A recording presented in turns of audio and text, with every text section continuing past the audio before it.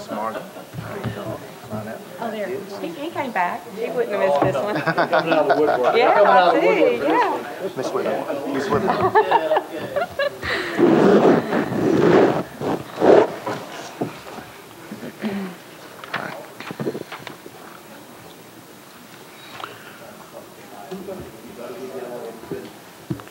All right, we're going to begin our hearing for the farmers market.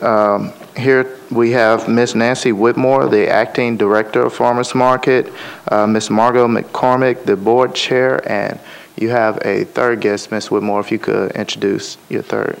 I'd be happy to. Her name's Diana Atwood, and she's been providing assistance to the farmers market around budget and financial reporting. All right, thank you. Before you begin your presentation, Ms. Whitmore, could you let us know, are you satisfied with the mayor's proposal for the farmers market? Yes. All right, thank you. Okay. I wanted to start off by giving you all an update on some activities that's been going on for the last year. As you know, the farmers market entered into a memorandum of understanding with the Department of General Services primarily to address the financial review that was done by the finance department. But there's been other things going on. I mean, we've implemented the recommendations of the financial review. We've been addressing facility and operational issues. The board wanted to explore the issue of privatization for the market, and they have now taken the step where they've developed a 3-year financial self-sufficiency plan. So we're going to talk about that and then take questions on the budget. But in regards to the financial review, overall the recommendations have been addressed along with immediate operational and facility issues that we had to address at that time. As you all know, an RFP was released for the privatization of the market and no proposals were submitted. So the board has moved to the next step to move the market forward. Over the last several weeks, the board has spent many hours developing a 3-year financial self-sufficiency plan that articulates their vision of the market. It also has a revenue strategy, a staffing strategy, and a capital strategy. The board believes that with improvements in staffing and facilities that the enterprise will become self-sufficient in 3 years and will grow into a world-class public market and be known as the heart of Nashville. The board envisions transforming the market into a destination for citizens and visitors by emphasizing local, high-quality products, unique culinary choices, and one-of-a-kind arts and crafts. Business tenants will be recruited to make the market a one-stop shop to find local farmers and artisans.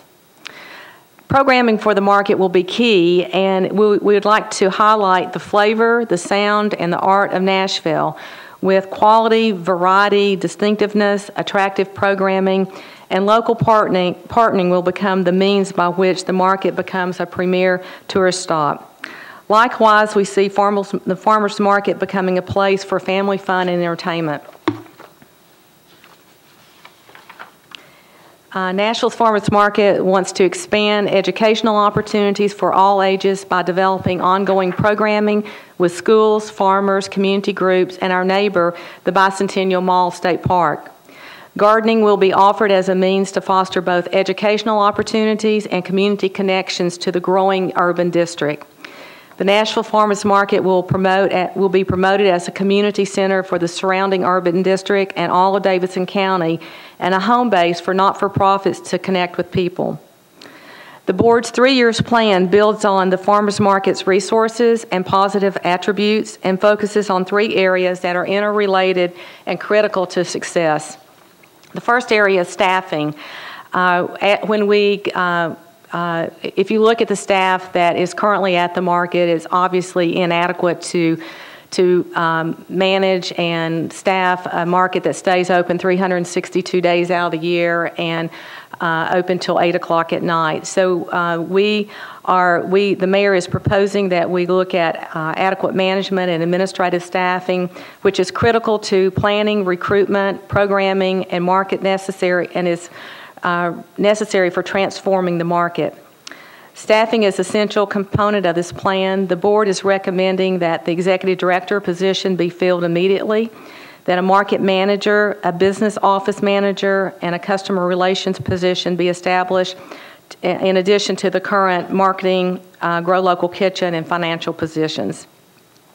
The board will explore reviving the Friends under the revenue area. The board will explore reviving the Friends of Farmers Market to increase revenue through memberships, sponsorships, and fundraising events. The board sees the not-for-profit community as partners vital to the success of the market and looks forward to involving them in striving for this vision.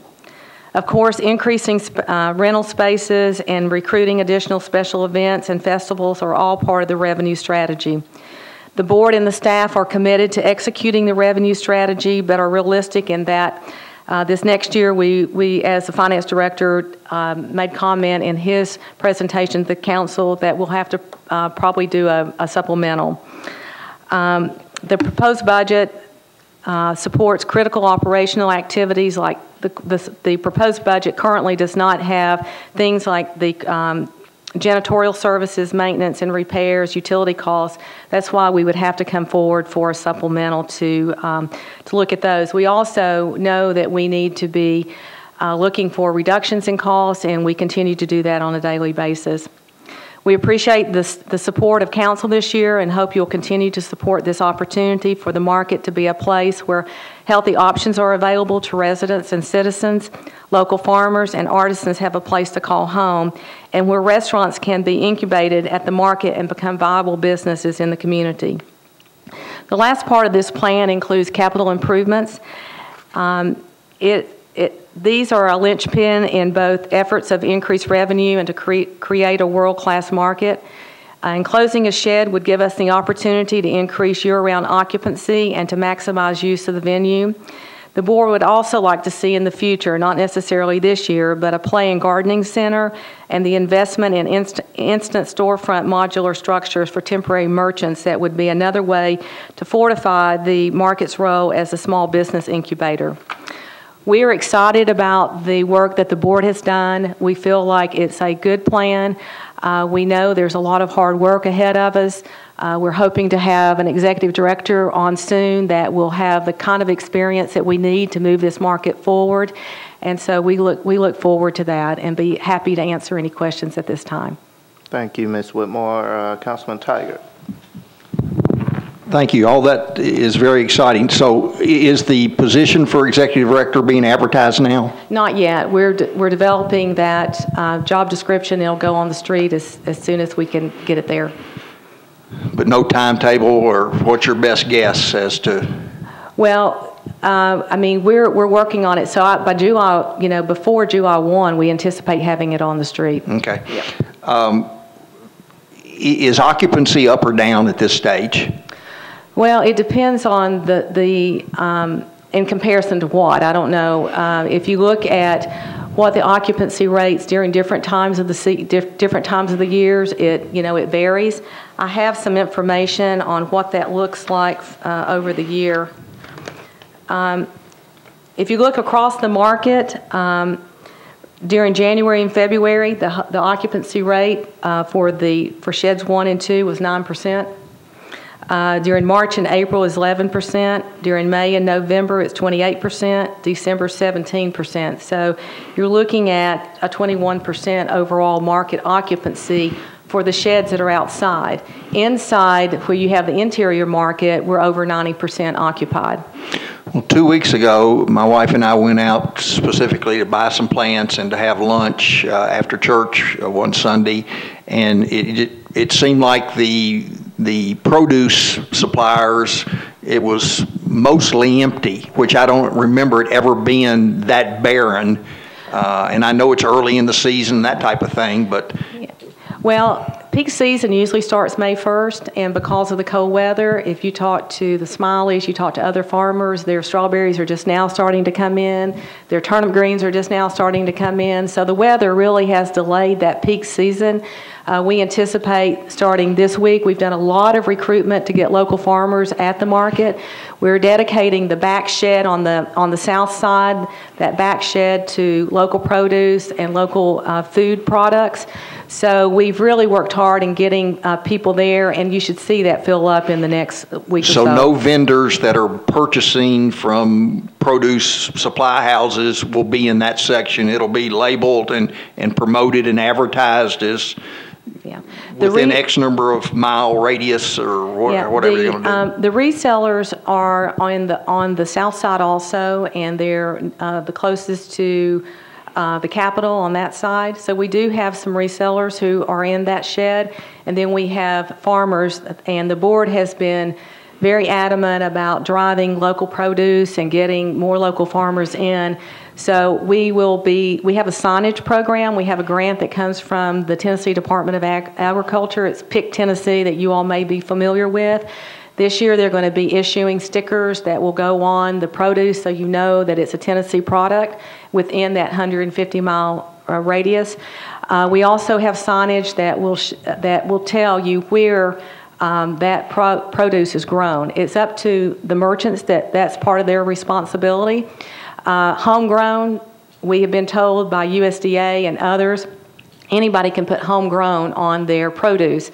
There's no real guidelines about that and what that means, but there are guidelines around Pick Tennessee and where those produce where that comes from. Do your leases require operators to be open certain hours? No. Either inside or outside? No. We have operational hours, and then it's up to them from a business perspective on when they want to be open. One of the things that the board's looking at is how we get an evening crowd there and what kinds of things we could do on the interior so that we could have businesses that are there, because we really want it to be a destination. When you look at what's going on with the convention center and some of the possibilities of the overage that could be there, it really is exciting, and just the development in that neighborhood and in neighborhoods close by of what that could become. And certainly I would never tell a business person what they should or should not do, but I mean, if you're in a mall, you have to keep certain hours. I was shocked on a Sunday afternoon with lines stretching out at almost every restaurant that there were restaurants that were closed during that period of time. And I just thought that was a bad signal for the market to have closed businesses. So I just throw that out as something to encourage. And the board is looking at, one of the things that they want to see is that being viable, lots of people there, lots of activities going on. And so that will be something we'll be looking at. You've talked about, are there could someone else share that space if someone doesn't want to be open on Saturday? Because we have, one restaurant that's not open on Saturday because of religious beliefs, but then there's others who, they only want to be open till 2:30 in the afternoon, and that's just their business model. But it is an issue that we'll be looking at and what we do to keep that in that spirit of what we think the market should be. Well, Ms. McCormick, I would just encourage, to do whatever you can to get that staff in place, to begin a marketing plan and consistency so that people know when they go there that these vendors are going to be there, these products are going to be available. It's just very frustrating if you go there and what you're looking for is closed or no longer there or whatever. So it's really tough to build a viable model without somebody with that marketing experience. And as I walk through, vendor after vendor pulled me aside and filled, with complaints, suggestions for improvement. And, we need to listen, and some seem to be justified. Some were just general complaints that, are going to happen anywhere type of thing. But, it told me that there's a significant number of disgruntled folks there that need somehow to be brought in the table and asked, what can we do to solve your problems and make this a better experience?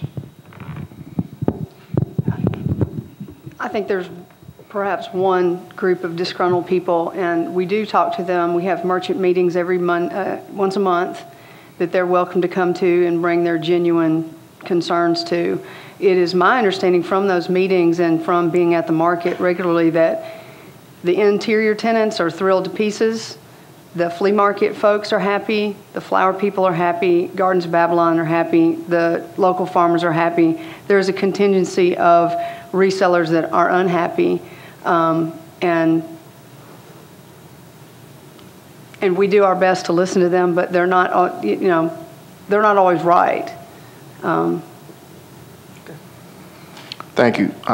Ms. Whitmore, did you want to respond to? Well, I just wanted to say, if there's specific complaints you have, if you'd share those with us, we'd be more than happy to address them. Like Margot says, we're available. We're available by phone. We had merchant meetings. We had 5 merchants who showed up Monday morning. So we have done, we've offered, we've sat down to talk about their business plans, how they can, if the rates are too high, some options for them. So we're more than willing to work with them. Change is difficult for people, and we know that this transition has been, for some, it's been difficult, but the majority of the people there are very positive about it and very positive about the direction we're going. And it's unfortunate that those people don't stop you and tell you that at the market, instead of the ones who are, 1 or 2 who are unhappy. Thank you, Councilman Tiger. Councilor Berry. Thank you, Chair. I'll be very quick because I know that we're very far behind. I want to first of all thank the board. I know that you all have done yeoman's work over the last year or 2 on spending a lot of time and energy, probably more than you ever bargained for, so thank you. Quick question on the RFP that went out. I know you mentioned that we did not get any response. Is that fairly typical with our peer cities? Do our other peer cities have privatized farmers markets? You see a lot of different models across the nation. You see government-ran farmers market, you see private-ran, you see not-for-profit. So there is a mix across. One of the things that, from a standpoint, we were surprised we didn't get a response. Mm-hmm. But when you look at, a lot of them are subsidized too, so there's a lot of different models, and a lot of them have, do have subsidies too. Okay, thank you. And on the director search, Councilman Tiger mentioned that. Are you all doing a national search for that? I would think we would do that. We're working with HR on getting that done. So it's not just going to be posted on the Metro government website? Okay, you're going to actually do a national search. Right. Okay, thank you. The third question I have has to do with the marketing and the special events coordinator. I didn't see that listed. Is that just going to be in addition to somebody's position, or are you all creating a new position? The market manager, you have the executive director, then the market manager. The market manager would be more of events. Be there at night, be there on weekends, and then there's 2 staff members that would be under that position. That one would be dedicated to marketing, and the other would be Grow Local Kitchen and special events. So they will have, based on the work that the board has done, a real map of what they need to be out doing and how they get people into the market. In the past, they really didn't have that roadmap on what they should be working on. So this will be real clear, and so we will expect. Are those new positions? Well, they're existing positions that we're going to upgrade. Okay, so those are the upgrades, the $86,000 part of the upgrade. Okay. We have 3 maintenance positions, and so we'll be moving those into other maintenance.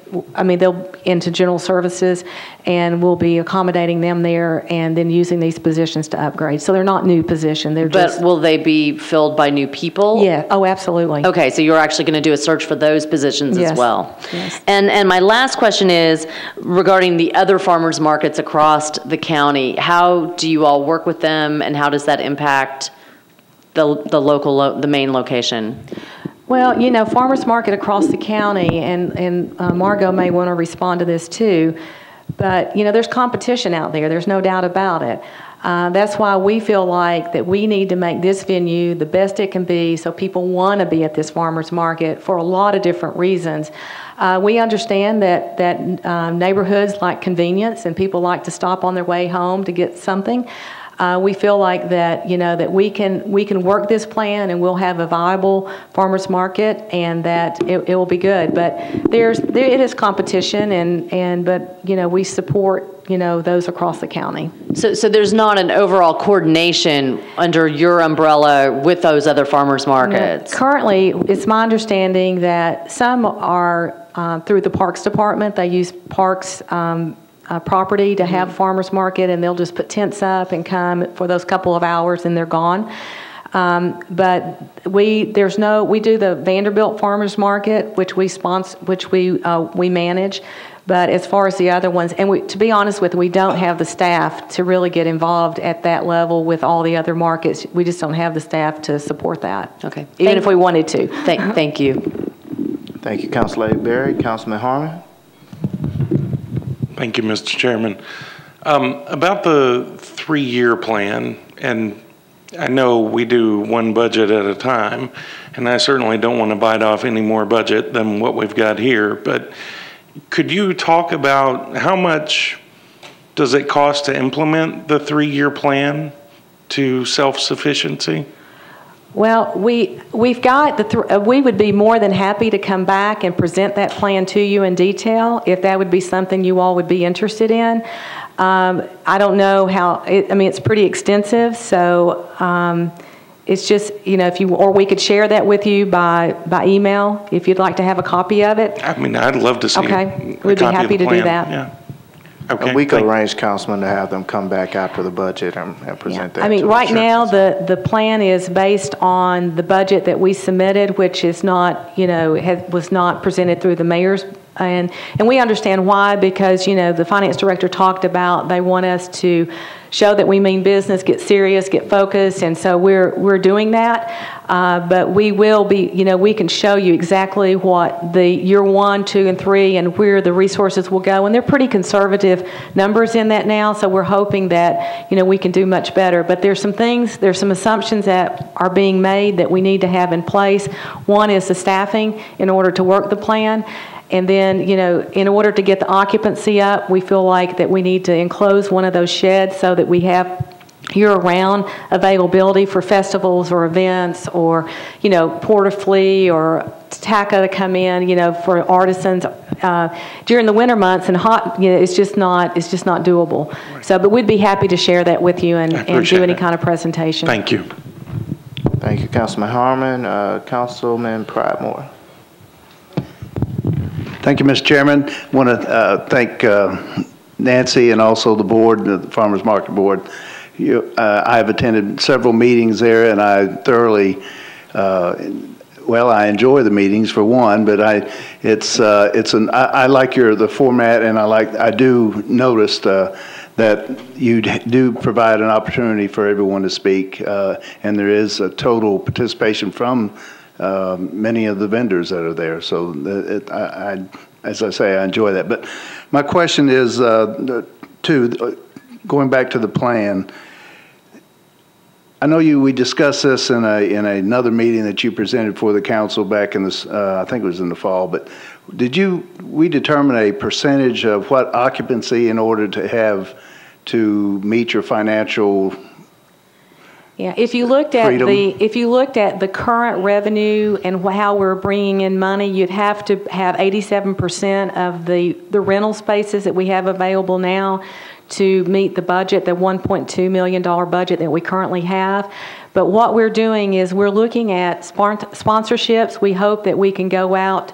Well, there's a Friends of Farmers Market, not-for-profit, that's sitting there that needs to be revived so that we would have a fundraising arm like, the Friends of Warner Park, the Friends of the Library, those kind of fundraising. We want to look for sponsorships. We want to look for memberships. We want to look for fundraising. So we think there's other things that we can do outside of just the rental spaces that we have available to bring additional revenue in. So the plan that we have will tell you for each of the things, like if we have food truck night, we have special events, how many we need to have, how many spaces we need to rent. So it's very specific on what the strategy is and how we get that done. So, but that was early on, that's what it would have taken when we were looking at those numbers. But our numbers are much lower. I think it's 35% for this next year on those rental spaces, is having occupied at 35%, but also having these other revenue activities going on that will increase the revenue. Great, thank you. One other note, will you explain the lease, the property lease? I think this is the final year with the state that's going to benefit the taxpayers, correct? Well, it's not the final year, but we're getting close. The The farmers market leases that property from the state of Tennessee. We are paying debt on, their capital debt on that. It's a $258,000 lease payment a year.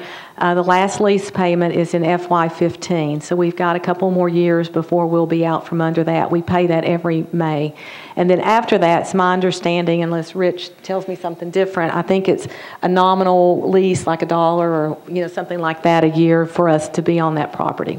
Great. I love it when a bill's paid off. Yeah. Thank you. Thank you. No, please. All right, seeing no other council members in queue, I'd like to conclude the farmers market budget hearing. This concludes our budget hearing for the evening. I want to thank the members that hung around and stuck around, and want to invite as many members of council to come back tomorrow. We'll continue our budget hearings. Vice Chairman Harmon will be chairing our hearings tomorrow. I will be president, but he will be chairing the hearings. So Councilman Tigert, if you could please take it a little easy on him. All right. Thank you.